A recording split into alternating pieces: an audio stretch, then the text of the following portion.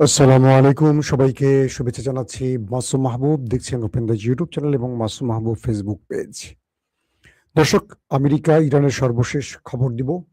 Ukraine থেকে নেতাকাকুর দেশ কিভাবে গম চুরি করছে সেই খবর দেব। পাশাপাশি আমেরিকাকে মোকাবেলায় ইরান কি কি প্রস্তুতি নিচ্ছে সেই খবরও দেব। ট্রাম্প আবারও হতাশা প্রকাশ করেছে, অন্যদিকে ভ্লাদিমির পুতিনের চমৎকার বক্তব্যে ইরান আরো উৎসাহিত হয়েছে। সবকিছু মিলে নদীর স্রোত এখন ইরানের দিকে ছুটছে। তার আগে বাংলাদেশের দু একটা খবর দিয়ে শুরু করতে চাই। আমি জানি অনেকে বাংলাদেশের খবর শুনতে চান না, আবার অনেকে শুনতে চান। বাংলাদেশের খবর বলতে আমার ভালো লাগে, কিন্তু ইদানিং আর ভালো লাগে না। কেন ভালো লাগে না সেটা হয়তো আপনারা বোঝেন। যখন রাজনীতি থাকে এক জিনিস, যখন অপরাজনীতি শুরু হয় তখন কথা বলতে কারো ভালো লাগার কথা না। আজকে হুট করে মোবাইলের মধ্যে আমার দুটো ভিডিও টাইমলাইনে আসে ফেসবুকে। একটি হলো বিএনপির ফজলুর রহমান, স্বঘোষিত মুক্তিযোদ্ধা, তার একটি বক্তব্য, আরেকটি বক্তব্য আসে জামাতের আমির ডাক্তার শফিকুর রহমানের। আমি স্বঘোষিত মুক্তিযোদ্ধা ফজলুর রহমান, অনেকে ফজলু পাগলা বলেন, অনেকে বলেন, আমি বলছি না, ফজলুর রহমান, তার বক্তব্যটি শুনছিলাম। তিনি সংসদে দেখলাম অনেক টেলিভিশন বলছে আগুন ঝরা বক্তব্য, সংসদ কাঁপালেন, এরকম অনেকগুলো শব্দ বলছেন, তাই একটু বক্তব্যটা শোনার চেষ্টা করলাম। তো দেখলাম এই ফজলু সাহেব, তাকে নিয়ে অনেক সন্দেহ আছে, তিনি আসলে বিএনপি না আওয়ামী লীগ এটা বিএনপিও বলছে না। বাট ওই যে দুধ ভাত বা এরকম কিছু কাতারের নেতা থাকে না, দুধ ভাত, তাকে না চটিয়ে বরং তাকে দলে রাখা হয় কিছু বিভ্রান্তিকর বক্তব্য দিয়ে বিনোদন দেওয়ার জন্য। সিনেমায় দেখবেন দিলদার থাকে, টেলিসামাদ থাকে, থাকে না একটা কমেডি চরিত্র, রাজপাল ইয়াদের থাকে। হ্যাঁ, কেন রাখা হয়? সিনেমাটা যেন বোরিং না লাগে, কখনো হাসির জন্য ক্যারেক্টার লাগে, কখনো গানের জন্য কি বলে নর্তকী লাগে, কখনো ফাইট করার জন্য গুন্ডা লাগে, থাকে একটা বিনোদন। তো রাজনীতি একটা বিনোদন আমাদের দেশের জন্য। তো ফজলু সাহেব কথা বলবেন, মুখ খুলবেন আর মানুষ হাসবে, এটা নিয়ে বিতর্ক ছড়াবে, এটা একটা পার্ট আমাদের রাজনীতির। তো ফজলুর রহমান সংসদে দাঁড়িয়ে আজকে কি বললেন, দু একটা অক্ষর বলি। তিনি বললেন কালো শক্তি, যেই কালো শক্তির জন্য তাকে দল থেকে বহিষ্কার করা হয়েছিল, আবার পার্লামেন্টে সেই কালো শক্তি শব্দটা তিনি ব্যবহার করেছেন। তার মানে হলো কালো শক্তির জন্য বিএনপি তাকে যে বহিষ্কার করেছে, এটা আসলে দেশবাসীর চাপের কারণে এই কাজটি বিএনপি করেছে। মূলত এই কালো শক্তি শব্দটা বিএনপি ওন করে, কারণ আজকে পার্লামেন্টে সেই শব্দটা তিনি আবারও বলেছেন। এক, দুই নম্বর, তিনি যখন জামাত ইসলাম বিএনপিকে সব রকম রাষ্ট্র পরিচালনায় সহযোগিতা করতে আশ্বাস দিল, জ্বালানি সংকট মোকাবেলায় জামাত যখন সরকারের পাশে থেকে কাজ করার আশ্বাস দিল, যখন তারেক রহমান জামাতের সেই প্রস্তাবিত বিষয়গুলোকে অ্যাকসেপ্ট করে একটা কমিটি গঠন করে দিলেন, অর্থাৎ জামায়াতের 5 জন এবং বিএনপির 5 জন, সরকারের 5 জন, বিরোধী দলের 5 জন, 10 জন মিলে একটি কমিটি নির্ধারণ হয়ে গেল।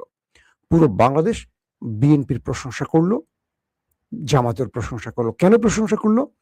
এই প্রথম পার্লামেন্টে সরকারি দল এবং বিরোধী দল কোনো একটি বিষয় এক হতে পেরেছে, যেটা বাংলাদেশে আমরা সচরাচর কখনো দেখি না।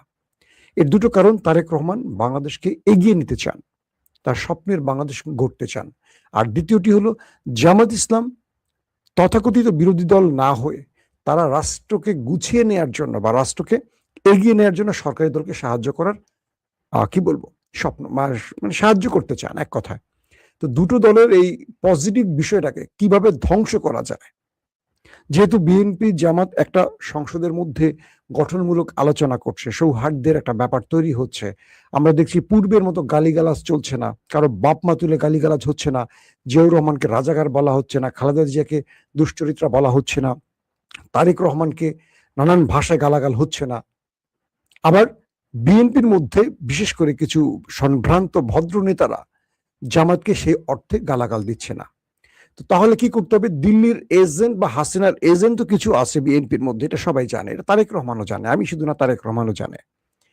তাদেরকে লেলিয়ে দেয়া হলো যে সংসদকে উত্তপ্ত করো। তাদের মধ্যে এই একজন ফজলুর রহমান, তিনি বাংলাদেশের নিজেকে স্বঘোষিত মুক্তিযোদ্ধা, তার পুরো হিস্টোরি আমি একটা স্টোরিতে দেখেছিলাম, পিনাকিদা ওইটা নিয়ে স্টোরি করেছে।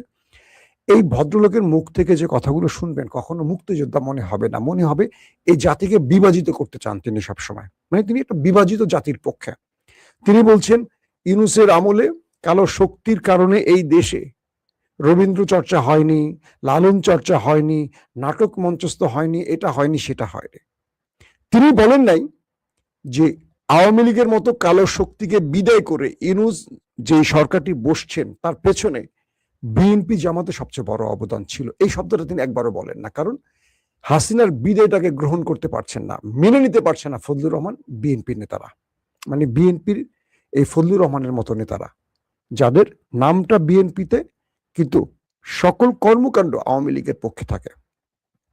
এবং আমি দেখলাম ফজলুর রহমানের এই বক্তব্যগুলো আওয়ামী লীগের সোশ্যাল মিডিয়ার কর্মীরা, অ্যাক্টিভিস্টরা, সাংবাদিকরা, বুদ্ধিজীবীরা সমানে পোস্ট করতেছে। এখন বিএনপি নেতার বক্তব্য আওয়ামী লীগের লোকেরা ফেসবুকে ভাইরাল করছে।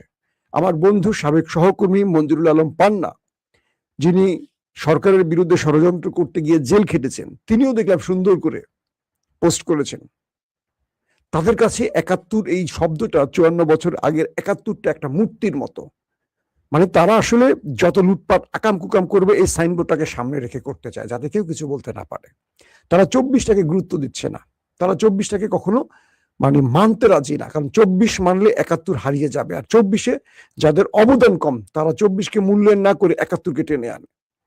কিন্তু এই ২৪ বা ৩৬ জুলাই এই প্রজন্মের, আমাদের প্রজন্মের, আমরা তো ৭১ দেখিনি, কিন্তু মনে রাখবেন এখন যে ভোটার আছে ৭১-এর প্রজন্মের ভোটার খুব কম, সব ৩৬-এর জুলাইয়ের প্রজন্ম। তো আপনারা যত ৭১ কচলাবেন আপনারা তত পেছনে পড়ে যাবেন। বিএনপির কাছে আমার একটা ছোট দাবি থাকবে, আমার ভালোবাসার দল, এখন আর ভালোবাসার দল বলতে পারি না, কষ্ট লাগে, একটু আহত হই। এইসব লোকদেরকে পার্লামেন্টে এনে পার্লামেন্টের মধ্যে বিভক্তি ছড়িয়ে যদি দেশকে এগিয়ে নিতে পারেন তাহলে ঠিক আছে, আর যদি দেশকে পিছিয়ে নেওয়ার টার্গেট থাকে তাহলে আপনারা যা খুশি করেন, আপনাদের পরিণতি হাসিনার মতো হতে পারে। এই শব্দটা হাসিনাকে আমরা ১৫ বছর বলে আসছি, হাসিনা আমাদের গোনাই ধরে নাই। হাসিনার মতো পাহাড় সম শক্তির মানুষ, হ্যাঁ, হাসিনার মতো পাথর সম হৃদয়ের মানুষ পালিয়ে গেছে এক নিমিষে। সো এই অভিজ্ঞতাগুলো আমাদের মনে রাখতে হবে। আমার বক্তব্যটা বিএনপির পক্ষে আর বিপক্ষে যেখানেই যাক, ফজলুর রহমানদের মুখটা বন্ধ রাখতে হবে। আমরা ওই বাংলাদেশ দেখতে চাই না যে বাংলাদেশ বিভাজিত বাংলাদেশ, যে বাংলাদেশ ভারতের দাসত্ব কবুল করা বাংলাদেশ। যারা ৭১ শব্দটাকে আনেনি শুধু ভারতের দাসত্ব কবুল করার জন্য, ৭১-এর যে চেতনাগুলো আমাদের একটা বাস্তবায়ন হয় গত ৫৪ বছরে ৭১ নামধারী প্রতিটা লোক, খেয়াল করবেন যারা সবচেয়ে বেশি ৭১ চর্চা করেছেন এবং মুখে ফেনা তুলেছেন, সবগুলির দুর্নীতির খবর আছে। প্রত্যেকটি দেশে সম্পদ লুট করে বিদেশে পাচার করেছে, খোঁজ নেন মিথ্যা বলছে কিনা। কিন্তু মুখে শুধু ৭১ শব্দটা রেখেছেন। আওয়ামী লীগ তার ১৫-১৬ বছরে ৭১-এর চেতনা লালন করতে গিয়ে দেশকে লুট করে ফোকলা বানিয়ে ফেলেছে, কিন্তু মুখে ৭১ শব্দটা ছিল। এই লোকগুলির কাছে কোরআন বাইবেলের চেয়েও ৭১ শব্দটা শ্রেষ্ঠ, কারণ এই সাইনবোর্ডটা দিয়ে তারা লুটপাট করতে চায়, এইটা দিয়ে তারা তাদের রাজনীতি টিকিয়ে রাখতে চায়। কিন্তু এই প্রজন্ম ৭১-কে ভালোবাসে, ৭১-এর শহীদদের বা ৭১-এর বীরদের শ্রদ্ধা করে, কিন্তু সেটাকে পুঁজি করে লুটপাট অপরাজনীতি করতে চায় না। এই প্রজন্ম চায় দেশ এগিয়ে যাক, পৃথিবীর বাকি দেশগুলোর মতো বাংলাদেশ স্বনির্ভর হোক, একটা উন্নয়নশীল দেশ হোক, রুল অফ লয়ের দেশ হোক, মানবিক বাংলাদেশ হোক, মানুষের বাক স্বাধীনতার বাংলাদেশ হোক। কিন্তু এরা চায় না, এরা আবারও সেই ৭১ শব্দটাকে নিয়ে বিভাজিত করছে। খুব দুর্দান্ত একটি কথা বলেছে জামাতের আমির আজকে। জামায়াতের সাথে আদর্শিক মিল না থাকলে তার বক্তব্যটা ভাল লাগছে। তিনি পার্লামেন্টটাকে বারবারই কার্যকর রাখার জন্য নানান রকম পরিকল্পনা গ্রহণ করছেন এবং সরকারি দলকে সাহায্য করছেন। এই জামাতের আমির ফজলুর রহমানকে একদম ধুয়ে পার্লামেন্টকে ক্লিয়ার করে দিয়েছেন। যারা ফজলুর রহমানের বক্তব্য প্রচার করেছেন তাদেরকে বলবো একটু জামাতের বক্তব্যটা প্রচার করবেন। কিভাবে তাকে বোল্ড আউট করে দিয়েছে জামাতের আমির, পার্লামেন্টে একদম ধুয়ে দিয়েছে এবং স্পিকারকে বলেছেন তার বক্তব্য। স্পিকার আমাদের কি বলবো, তিনি একজন মুক্তিযোদ্ধা, বীর বিক্রম হাফিজউদ্দিন আহমেদ, তিনি ফজলুর রহমানের বক্তব্য এক্সপান্স করেছেন পার্লামেন্ট থেকে। তার মানে তাকে নিয়ে আর গর্বের কিছু নেই, তার বক্তব্য এই সংসদ অসংসদীয় বলে বিবেচিত হয়ে গেছে। আমার খুব অনুরোধ থাকবে, বিএনপির যারা দেশপ্রেমিক ভাইরা আছেন, রাজনীতিকরা আছেন, আপনারা দেশটাকে বিভাজিত করবেন না। হাসিনার রাজনীতি তার পা দিয়েন না। হাসিনা এই রাজাকার ৭১ ইস্যু নিয়ে এত কুস্তিয়েছে যার জন্য তাকে মানুষ ঝেঁটিয়ে বিদায় করে দিয়েছে। এই প্রজন্ম এই শব্দগুলোকে এখন প্রচন্ড ঘৃণা করে। মাথায় রাখবেন, মানুষের গায়ে ট্যাগ দেওয়ার যে রাজনীতি, এটা এখন এই প্রজন্ম গ্রহণ করবে না। এই প্রজন্ম এখন ঘরে বসে আমেরিকায় কি হয়, লন্ডনে কি হয় দেখতে পায়। এই প্রজন্ম এখন আমেরিকা ইসরায়েল যুদ্ধে হরমুজ প্রণালী লাস্ট আপডেট কি সেকেন্ডের মধ্যে জানতে পারে। তাদেরকে 54 বছর আগে ওই বানানো ইতিহাস দিয়ে আর ধ্বংস করতে পারবেন না, মগজ ধুলাই দিতে পারবেন না। দর্শক, চলুন চলে আসি আমরা আমাদের নিয়মিত আয়োজনে। সবচেয়ে বড় জিনিস হলো যে ইরান এখন আমেরিকাকে বেশ উত্তপ্ত বাক্যে আটকে ফেলছে। ট্রাম্প বলছেন ইরানের প্রস্তাবনায় তিনি অসন্তুষ্ট হয়েছেন, তিনি আহত হয়েছেন। তিনি বলছেন যে আমি আশা করিনি ইরান আমাকে এইরকম প্রস্তাব দেবে। তার মানে ইরান বলছিল যে যতগুলো বিষয় আছে আমরা আলোচনা করতে চাই, কিন্তু নিউক্লিয়ার ইস্যুটি সবার পরে থাকবে, এটি আলোচনার মূল থাকতে পারে না। দ্বিতীয়ত বলেছে হরমুজ প্রণালীতে ইরান টোল আদায় করবে, আমেরিকাকে হরমুজ থেকে চলে যেতে হবে, এখানে আমেরিকা থাকতে পারবে না, কোনোভাবেই থাকতে পারবে না। 3 বলেছে ইরানের উপর যতগুলো নিষেধাজ্ঞা আছে প্রত্যাহার করতে হবে এবং ইরানের উপর আর কখনো হামলা করতে পারবে না, এটা গ্যারান্টি দিতে হবে। মন চাইবে আর আক্রমণ করবে, এরকম অনেকগুলো শর্ত ইরান, পাকিস্তান এবং রাশিয়ার মাধ্যমে আমেরিকাকে পৌঁছে দিয়েছিল। এই প্রস্তাবগুলো যখন ডোনাল্ড ট্রাম্পের কাছে গেছে তিনি অসন্তুষ্ট হয়েছেন, আর এই প্রস্তাবকে রিজেক্ট করে দিয়েছে আমেরিকার কি বলবো পররাষ্ট্রমন্ত্রী মার্ক রুবিও। তো এই পরিস্থিতিতে আমেরিকা নতুন করে বলছে যে তারা হরমুজ প্রণালী ছাড়বে না। এখন অনেকে প্রশ্ন করবেন, হরমুজ প্রণালী না ছাড়লে ইরানের কি ক্ষতি আর ছাড়লে কি লাভ? হরমুজ প্রণালী দিয়ে প্রতিদিন ইরানের কয়েক শত ব্যারেল, কয়েক হাজার না কয়েক লক্ষ ব্যারেল তেল পৃথিবীর বিভিন্ন দেশে যায়।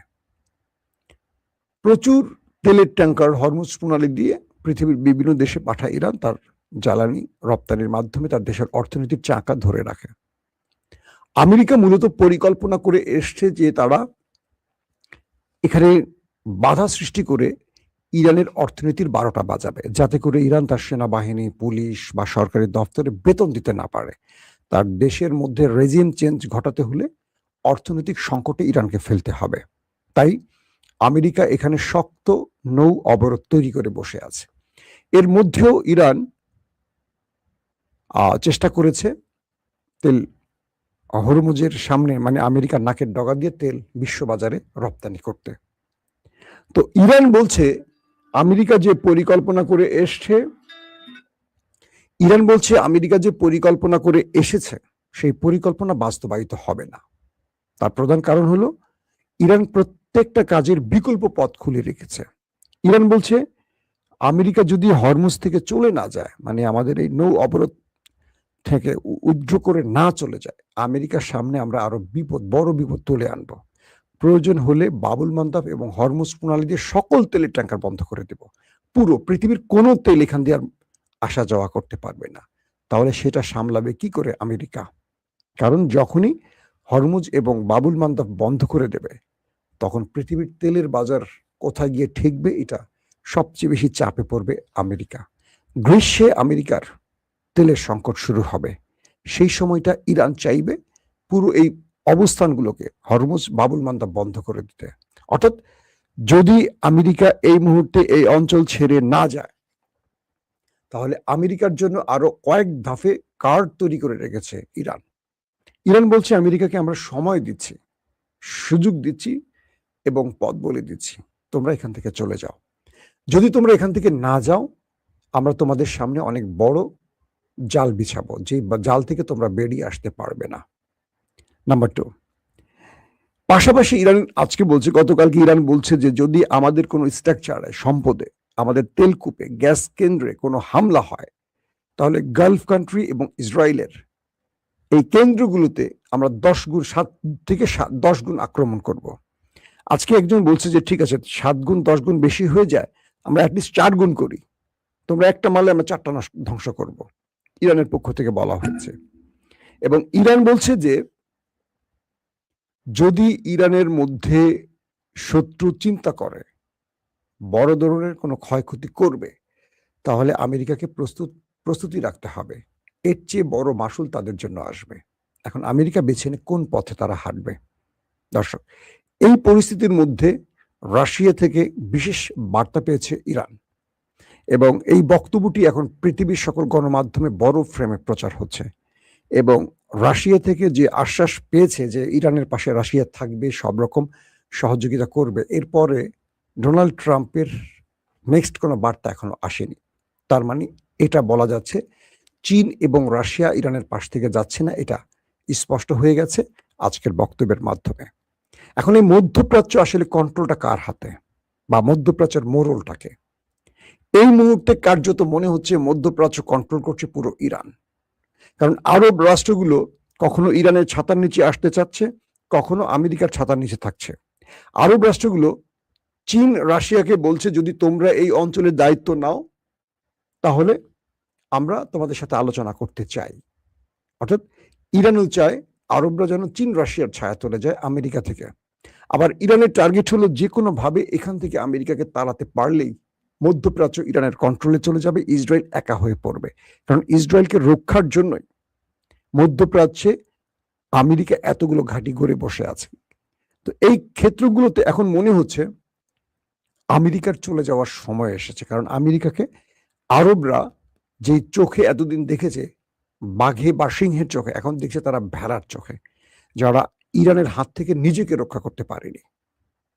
এখন আরবরা ভেতরে ভেতরে তাদের পার্টনার খুঁজতেছে, চীন রাশিয়ার সাথে আলোচনা করছে ইরানকে বোঝাতে। আবার ইরান আরবদের বলছে তোমরা আমাকে ভাই মনে করতে পারো, আমাকে শত্রু ভেবো না, আমি তোমাদের জন্য আগ্রাসী নই, দখলদার নই, আমি হামলাকারী নই। ইরান তার মাতৃভূমি বা তার ভূখণ্ড থেকে 1 ইঞ্চি মাটি অতিরিক্ত কখনো দখল করেনি, করবে না, তোমরা নিশ্চিন্তে থাকো। কিন্তু আরবরা বিশ্বাস করতে পারছে না। তো সবকিছু মিলে এই মুহূর্তে লড়াইটা এমন একটি জায়গায় তৈরি হয়েছে যে আরবে মধ্যপ্রাচ্যের মোড়ল কে থাকবে এটা নির্ধারণের খেলা শুরু হয়ে গেছে। না আমেরিকা ছাড় দিচ্ছে, না ইরান ছাড় দিচ্ছে।